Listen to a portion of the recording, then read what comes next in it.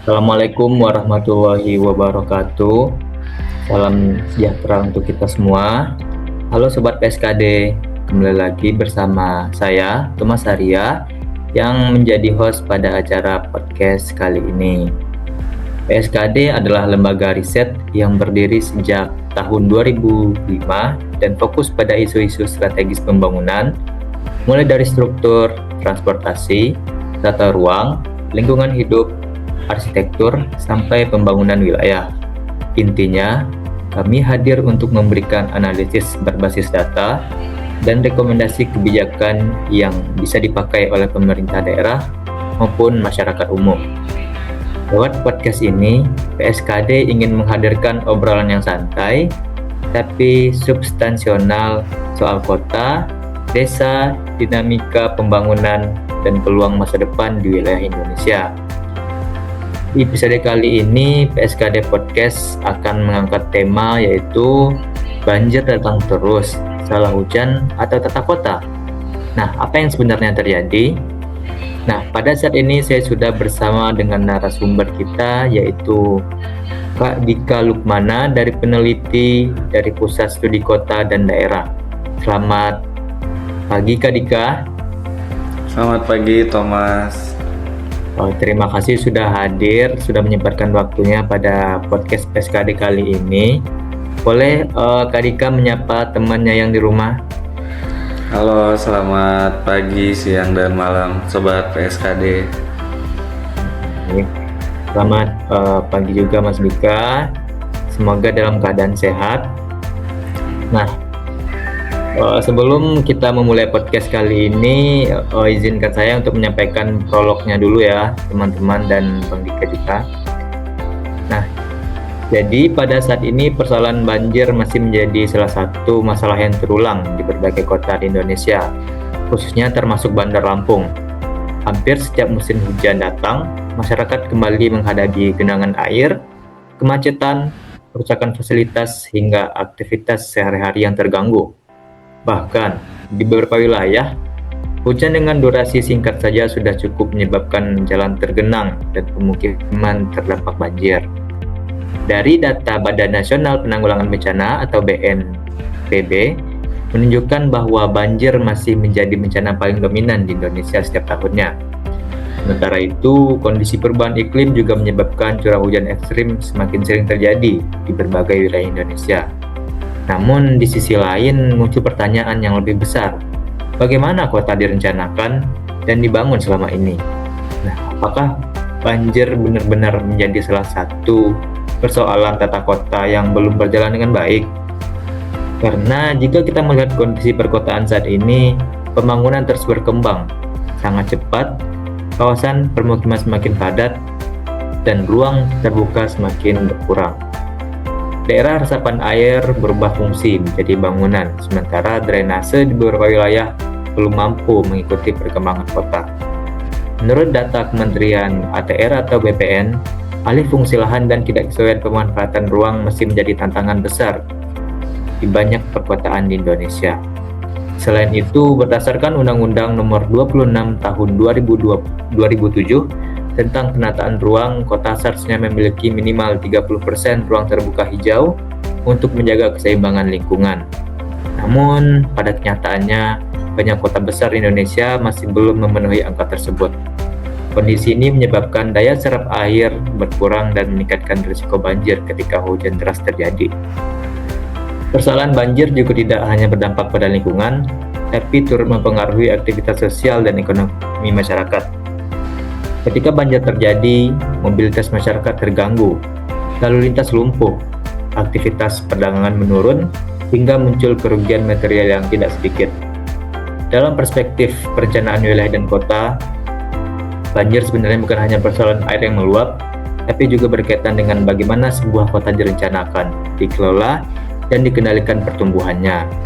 Maka dalam sesi diskusi podcast kali ini bersama Kak Dika, narasumber kita, akan membahas lebih dalam mengenai persoalan banjir dari sudut pandang PWK, mulai dari tata ruang, drainase, alih fungsi lahan, pembangunan kota, hingga peran pemerintah dan masyarakat dalam menghadapi persoalan banjir yang terus berulang. Tentu, pertanyaan besarnya adalah apakah banjir yang terus terjadi ini memang murni karena faktor alam dan curah hujan yang tinggi, atau justru persoalan tata kota yang selama ini belum disiapkan dengan baik? Baik, Monica, untuk pertanyaannya, apakah saat ini banjir menjadi masalah yang terus berulang, khususnya di Bandar Lampung, tempat kita tinggal sendiri? Mengapa persoalan banjir ini tidak bisa hanya dilihat dari faktor hujan semata? Oke, baik Mas Thomas, terima kasih untuk pertanyaan ya. Jadi memang banjir itu tidak bisa dilihat sebagai faktor cuaca karena memang alamiahnya di bumi kita itu terdapat hujan, dan pada prinsip dasarnya mengenai banjir, hujan dan yang lainnya itu kita sedari SMP, SMA kita sudah mengenal siklus air, Thomas, yang kita tahu yang awalnya itu dari pegunungan itu mengalir air melalui sungai, lalu dari sungai tiba di laut, dan di laut itu berubah menjadi awan, dan awan itu hujan, kembali lagi baik itu menjadi air menuju sungai dan ke laut, ataupun itu diresap ke dalam tanah.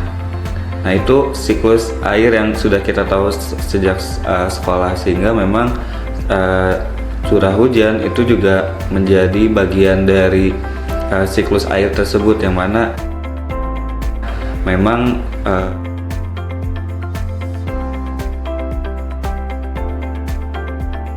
hujan memang ada di bumi kita ya, manusia ataupun sebagai masyarakat yang hidup di bumi itu kita tentu harus menjaga siklus air tersebut.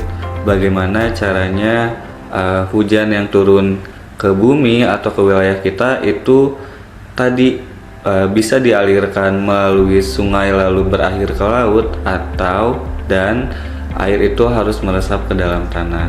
Seperti itu, Thomas. Oke, baik Kak Dika. Jadi emang sudah dari dulu air itu emang resapannya harus masuk ke dalam tanah gitu ya, Monica ya. Dan Iya betul, Thomas. perencanaan kota itu emang harus tertata gitu agar resapan air ke tanahnya itu bagus gitu ya. Oke, baik Kak Dika. Kamu juga mau nanya nih, kalau dalam sudut pandang perencanaan wilayah dan kota, bagaimana tata ruang kota dapat mempengaruhi munculnya genangan air dan banjir di kawasan perkotaan? Nah, seperti yang saya sampaikan sebelumnya, Thomas, bahwasannya ketika ada air itu harus dialirkan ke sungai lalu ke laut, dan air itu juga harus bisa meresap ke dalam tanah, sehingga ada dua hal penting yang harus kita pastikan. Yang pertama itu terdapat sebuah drainase atau mungkin istilah umumnya selokan atau parit, dan yang kedua itu adalah ruang terbuka hijau. Nah, drainase ini yang memang bertugas untuk mengalirkan air ke sungai yang akhirnya akan ke laut tadi. Jadi memang dalam tata ruang itu juga mencantumkan dalam struktur ruang ya, harus adanya drainase di wilayah tersebut yang memang terintegrasi supaya memastikan air itu tidak menggenang dan dialirkan ke sungai dan hingga akhirnya ke laut ya. Dan yang kedua itu harus ada ruang terbuka hijau. Jadi kalau kita lihat di sekitar kita itu sudah terbangun ya, sudah ada jalan aspal, sudah ada jalan beton dan yang lain-lainnya gitu. Nah, dalam tata ruang itu dicantumkan penataan ruangnya bahwasanya memang harus ada 30% ruang terbuka hijau, atau kita kenal seperti taman kota, taman hutan yang lainnya untuk tugasnya menyerap air dari hujan tersebut, Thomas. Jadi tidak ada genangan lagi di wilayah kita. Dan dua hal itu yang memang dari perencanaan wilayah dan kota, dari tata ruang itu dicantumkan supaya genangan air ini tidak muncul dan kita bisa menjalani kehidupan kita dengan baik, Thomas. Wah, gitu ya teman-teman ya, dari sudut pandang PWK-nya sendiri emang PWK ini sangat penting untuk penanggulangan banjir ini agar airnya meresap dengan baik gitu ya teman-teman. Nah, aku juga penasaran nih Bang Dika. Kan ada banyak kawasan resapan berubah menjadi pemukiman, ruko atau pusat komersial. Nah, salah satu penyebab besarnya itu adalah alih fungsi lahan, yaitu berpengaruh terhadap risiko banjir di kota. Apakah itu berpengaruh terhadap risiko banjir di kota itu sendiri, Bang Dika? Oke, baik Thomas. Jadi memang di wilayah kita itu terbagi menjadi dua, Thomas. Ada yang namanya kawasan lindung dan juga kawasan budidaya. Kawasan lindung ini adalah kawasan yang memang sesuai namanya ya, kita lindungi secara ekologis supaya tidak terjadinya bencana. Dan kawasan budidaya adalah kawasan yang memang kita tinggalkan atau kita pergunakan. Nah, jika memang kawasan yang kita lindungi sebagai kawasan resapan air dan yang lainnya itu berubah menjadi kawasan budidaya tanpa terencana, nah itulah yang menjadi resiko banjir untuk wilayah kita. Dan juga jika alih fungsi lahan itu juga tidak terencana dengan baik, seperti yang saya sampaikan sebelumnya Thomas, bahwasanya memang dalam satu kota itu perlu ada 30% ruang terbuka hijau. Nah, itu juga harus dipastikan tidak bisa terjadi perubahan fungsi lahan namun tidak mementingkan aspek lingkungannya, baik itu daerah resapan airnya atau bahkan drainasenya pun juga memang harus dipikirkan dan dipastikan dengan baik, harus terintegrasi supaya ketika curah hujannya besar atau memang tidak menentu, itu air bisa dialirkan dengan baik. Begitu, Thomas. Oke, baik. Dika, selanjutnya yaitu ketika pembangunan terus dilakukan. Nah, seringkali saluran drainase menjadi tidak mampu menampung debit air hujan itu sendiri. Nah, mengapa kapasitas drainase harus selalu disesuaikan dengan perkembangan kawasan kota? Nah, karena memang drainase inilah yang menjadi jalur air supaya air itu tidak menggenang dan juga tidak menyebabkan banjir. Jadi memang kita, baik itu pemerintah, baik itu seorang perencana badan kota maupun masyarakat sendiri, itu memang harus memastikan drainase itu terbentuk dan drainasenya itu statusnya baik, Thomas. Jadi bahkan kita sendiri ya, Thomas, kita perlu aware akan drainase di depan rumah kita nih, apakah tersumbat atau tidak, atau memang ada halangan atau tidak. Bahkan ada di beberapa wilayah ternyata memang drainasenya itu terputus jaringannya dengan drainase yang lain, dan itu kan mengakibatkan genangan itu sendiri. Sehingga memang drainase ini baik itu volume, baik itu keadaan, dan juga integrasi dengan drainase lainnya itu memang harus kita pastikan dengan baik, baik itu seluruh aspek kalangan, Thomas. Oke, jadi memang drainase itu penting banget ya diperhatikan ya Bang Dika ya. Nah, selain drainase, ruang terbuka hijau yang sering disebut penting dalam pengendalian banjir, bagaimana sebenarnya fungsi ruang terbuka hijau itu dalam sistem kota? Oke, baik. Jadi memang secara alamiahnya ya, air itu kan meresap ke dalam tanah, dan memang di wilayah yang sudah masif terjadi pembangunan itu harus ada ruang hijau tersebut supaya ada resapan tanah itu sendiri. Dan memang karakteristiknya ruang terbuka hijau itu kenapa dinamakan hijau, karena memang ditumbuhi juga oleh pohon-pohon, tumbuhan dan yang lainnya, sehingga memang dari segi jenis tanah, dari segi tumbuhan yang ada di daerah tersebut juga mendukung sekali untuk terjadinya resapan air itu, Thomas. Sehingga ketika ada curah hujan yang terjadi di wilayah tersebut, terjadi juga resapan air yang efektif, karena memang tidak bisa semua wilayah atau kawasan itu bisa menyerap air, dan memang ruang terbuka hijau yang dibentuk dengan baik inilah yang memang benar-benar bisa meresap air, karena kita tahu juga tumbuhan sangat membantu dalam peresapan air, Thomas. Oke, baik. Nah, gitu ya teman-teman ya. Selama ruang terbuka hijau itu masih terawat gitu, mungkin banjir itu bakal nggak ada lah gitu. Maksudnya bisa diminimalisir keadaan banjir itu. Jadi teman-teman di rumah harus menjaga ruang terbuka hijau kita dengan menanam pohon gitu, tidak boleh buang sampah sembarangan. Seperti itu ya teman-teman.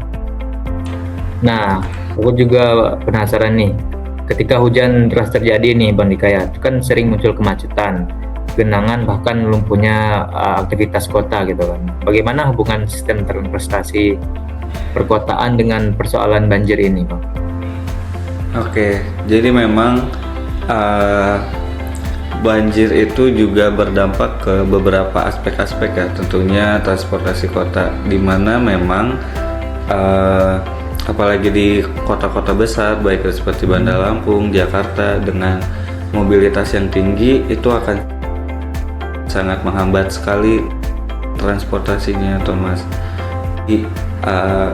Tentu ketika genangan airnya tinggi bisa dengan ketinggian 1 hingga 3 meter itu akan menghambat transportasi, yang mana tentunya kita baik sebagai seorang perencana wilayah dan kota, pemangku kebijakan atau masyarakat umum, tentunya kita harus aware, Thomas, tidak hanya di lingkungan tempat tinggal kita ya, tapi di wilayah kita pun sebenarnya bagaimana drainase yang ada di jalan untuk transportasi itu, Thomas. Apakah memang drainasenya sudah berjalan dengan baik, bisa mengalirkan air dengan baik, atau ternyata karena itu kawasan umum adanya sampah yang bisa menghambat, atau memang ada timbunan-timbunan sehingga drainase itu tidak bisa mengalir dengan baik, atau bahkan memang ada juga di beberapa wilayah yang tidak ada lubang atau jalur air supaya bisa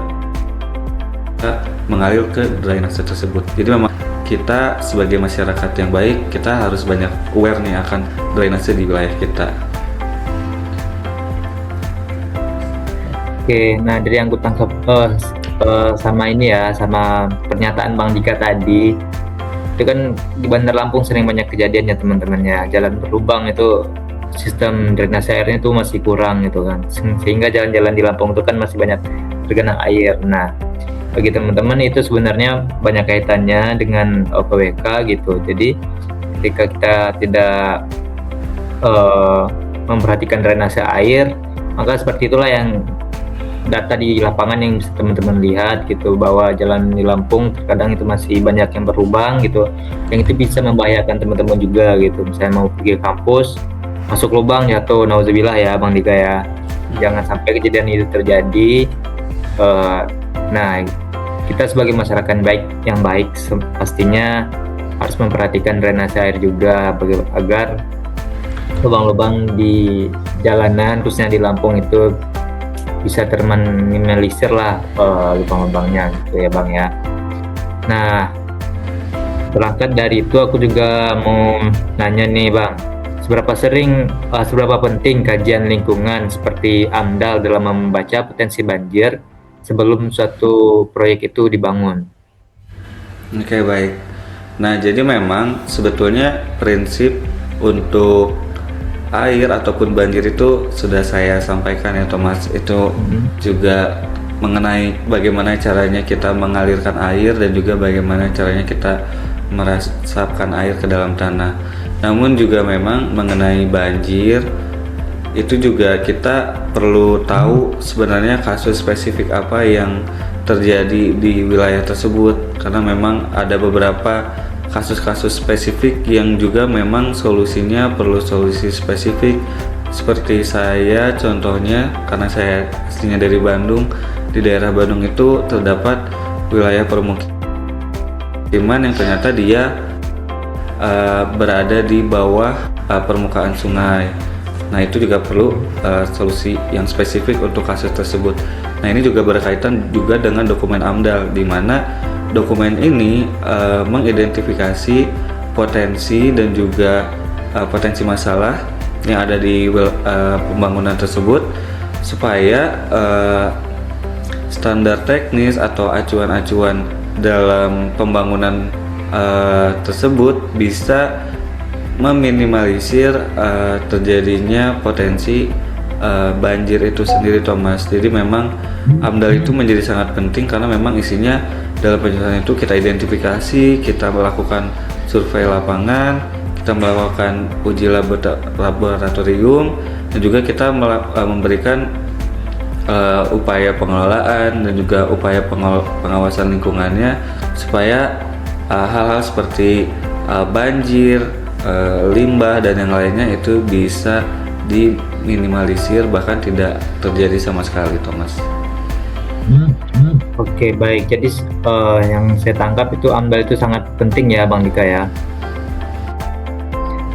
Nah,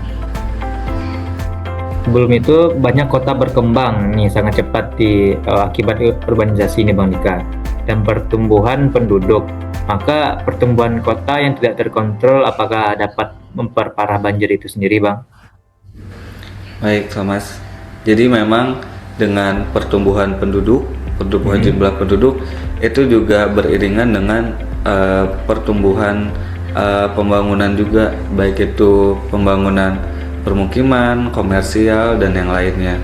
Nah, itu juga menjadi resiko terjadinya banjir apabila sistem drainase dan juga ruang terbuka hijaunya yang tidak dicermati, Thomas. Seringkali dengan meningkatnya jumlah penduduk, terdapat beberapa kawasan permukiman yang terbangun tanpa terencana dengan baik, seperti contohnya beberapa wilayah di Jakarta. Itu terdapat beberapa kawasan permukiman yang kumuh, yang mana memang rumah ke rumah itu berdekatan, baik samping dan depannya, yang mana tidak memungkinkan adanya drainase di situ, Thomas. Yang mana tentu ketika airnya turun, hujan, airnya pun tidak bisa mengalir kemana-mana selain menggenang. Dan juga memang dengan kawasan permukiman yang sangat-sangat padat, tentu tidak memungkinkan untuk adanya ruang terbuka hijau itu, karena memang satu kawasan isinya full dengan rumah, dengan jalannya yang beton, dengan rumahnya yang semen dan yang lainnya, sehingga resapan air pun jadi tidak efektif, sehingga resiko banjir itu tinggi. Makanya memang diperlukan adanya perencanaan wilayah dan juga penataan ruang, supaya dengan tingginya pertumbuhan penduduk juga harus beriringan dengan kita bisa memastikan bahwasannya resiko bencana seperti banjir itu juga bisa diminimalisir sejak awal, Thomas. Oke, gitu ya Sobat PSKD ya. Mungkin dari Bang Dika yang tinggal di Jakarta itu melihat sendiri gitu data di lapangan, kalau rumah-rumah yang berdekatan itu sistem drainasenya pasti sangat kurang lah gitu, sehingga dapat memperparah banjir gitu. Nah, jadi emang sistem drainase dan ruang terbuka hijau itu sangat penting ya bagi lingkungan kita, agar menjaga air itu tetap tidak tergenang gitu, teman-teman Sobat SKD. Nah, jika melihat kondisi perkotaan saat ini, apakah banjir sebenarnya lebih disebabkan oleh alam atau kegagalan tata kelola dalam mengelola ruang itu sendiri, Bang? Baik, memang tentunya jika kita berbicara tentang alam, alam itu sudah ada ekosistemnya juga jauh sebelum kita berdua ada di sini ya, Thomas. Iya. Jadi makanya memang perlu adanya penataan, perencanaan dari segi kewilayahannya, Thomas. Bagaimana memang yang beberapa kali saya sampaikan ya, bahwasannya drainase dan juga ruang terbuka hijau itu penting untuk sebuah wilayah, dan juga memang dengan adanya penataan ruang atau dokumen perencanaan wilayah itu juga sangat penting dibuat dan juga diimplementasikan, Thomas. Seperti yang saya bilang sebelumnya ya, bahwasanya memang dokumen perencanaan wilayah itu juga disusun atas proses identifikasi isu strategis yang ada di wilayah tersebut. Seperti salah satu kasusnya di Bandung, ternyata kawasan permukimannya berada di bawah permukaan sungai, sehingga dalam dokumen rencana tata ruangnya selain drainase dan juga ruang terbuka hijau yang baik, juga dibentuk kolam retensi, Thomas. Itu juga salah satu upaya dalam mengurangi banjir, sehingga ketika curah hujannya besar, luapan sungainya juga besar karena permukimannya di bawah permukaan sungai ya. Itu airnya diparkirkan ke kolam retensi. Nah, memang kita perlu perencanaan dan juga penataan ruang itu, Thomas, karena memang curah hujan juga bisa kita prediksi secara teknologi, namun juga kadang secara tidak bisa diprediksi juga gitu curah hujan tersebut, gitu Mas. Oke, gitu ya Sobat PSKD. Jadi dalam menganalisis itu tidak semuanya disebabkan oleh alam ya, bisa juga disebabkan oleh manusia itu sendiri. Nah, bagaimana manusia membangun sebuah perumahan gitu dan melihat kondisi lingkungannya dulu, apakah itu di bawah sungai ya Bang Dika ya, hingga menyebabkan itu menjadi kebanjiran dan menjadi bencana buat orang yang tinggal di sana. Nah, maka pentingnya analisis dari kita, dari tim-tim PWK misalnya Bang Dika, itu penting banget untuk melakukan konsultan dengan kita bagaimana ruangan yang baik itu, tata ruang yang baik kota itu sebelum membangun sebuah bangunan, gitu ya Bang ya. Nah, dalam pembangunan kota yang lebih baik, siapa sih sebenarnya yang memegang peran paling besar? Pemerintah, perencana kota, atau masyarakat Bang? Oke, baik. Kalau dari saya, tentu kita semua punya peran yang penting ya Thomas. Sebagai seorang perencana wilayah dan kota, tentunya tadi tugasnya adalah kita mengidentifikasi isu strategis dalam wilayah tersebut. Kita melihat problem-problem apa pada wilayah tersebut, dan dari masalah dan juga potensinya kita membuat perencanaan yang bisa diterapkan di kota tersebut. Lalu juga dari pemerintah tentunya bisa mengimplementasikan perencanaan tersebut, juga melakukan pengawasan dan juga pengendalian, karena memang ketika seorang planner sudah menentukan kawasan tersebut menjadi kawasan lindung, masih saja kerap terjadi alih fungsi lahan yang tadi Thomas sampaikan, sehingga tentunya dari pemerintah selain implementasi, pengawasan dan pengendalian juga menjadi hal yang penting, dan juga dari masyarakat tentu sebagai kita masyarakat manusia yang tinggal di bumi ini, kita juga sangat perlu sekali untuk punya awareness ataupun kesadaran, seperti kita cek drainase kita lancar gak ya, ada sampah gak ya, atau ternyata tertimbun tanah tidak ya. Nah, itu juga sangat penting sekali, karena memang semua pihak itu juga memiliki perannya masing-masing, dan sebetulnya orientasi atau tujuannya sama ya. Kita nggak mau kita kena banjir, kita nggak mau sofa kita basah, rumah kita terendam dan yang lainnya, sehingga memang masing-masing pihak tersebut juga punya peran yang sama-sama pentingnya juga, Thomas. Nah gitu ya sobat, teman-teman di rumah. Jadi yang memegang peran itu bukan cuma pemerintah, perencana kota, ataupun segelintir orang gitu. Jadi peran itu semua kita ya, semua orang itu berhak menjaga lingkungannya masing-masing. Itu kalau kita menjaga lingkungan pasti kita juga terjaga gitu ya sobat SKD.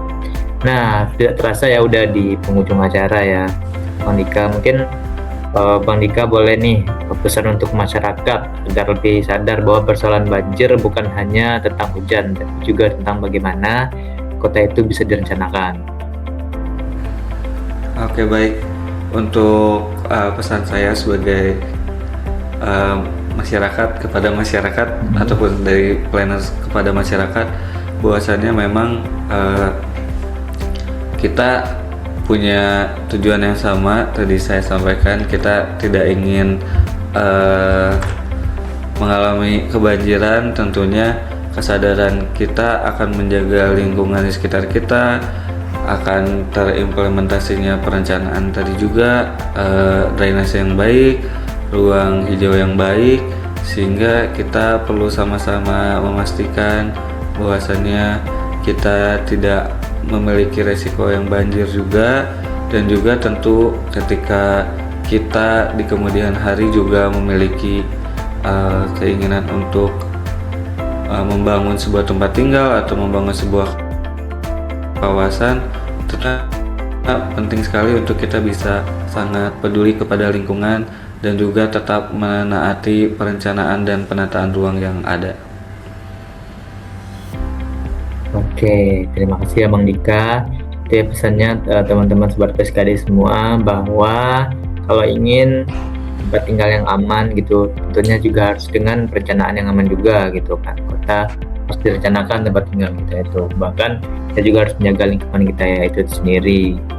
Nah, tidak terasa ya Bang Dika, kita udah sekitar 30 menit lah gitu obrol-obrolannya. Gak terasa banget. Banyak ilmu yang sudah kita dapat dari obrolan kita kali ini. Semoga teman-teman yang lagi nonton nanti bisa mendapatkan ilmu dari podcast kali ini dan bisa dipakai untuk kehidupannya sehari-hari dalam menjaga lingkungan agar lingkungan di sekitar kita menjadi lebih baik dan terjaga gitu. Baik Bang Dika, terima kasih sudah menyempatkan waktunya untuk podcast PSKD kali ini. Dan jika ada kata-kata yang salah maupun dari Bang Dika ada kata-kata yang salah juga, mohon dimaafkan teman-teman. Dan kita berusaha untuk berkembang menjadi lebih baik ke depannya gitu. Mungkin itu saja pada podcast PSKD kita kali ini. Sampai jumpa di PSKD episode selanjutnya. Saya tutup. Wabillahi taufiq wal hidayah. Wassalamualaikum warahmatullahi wabarakatuh.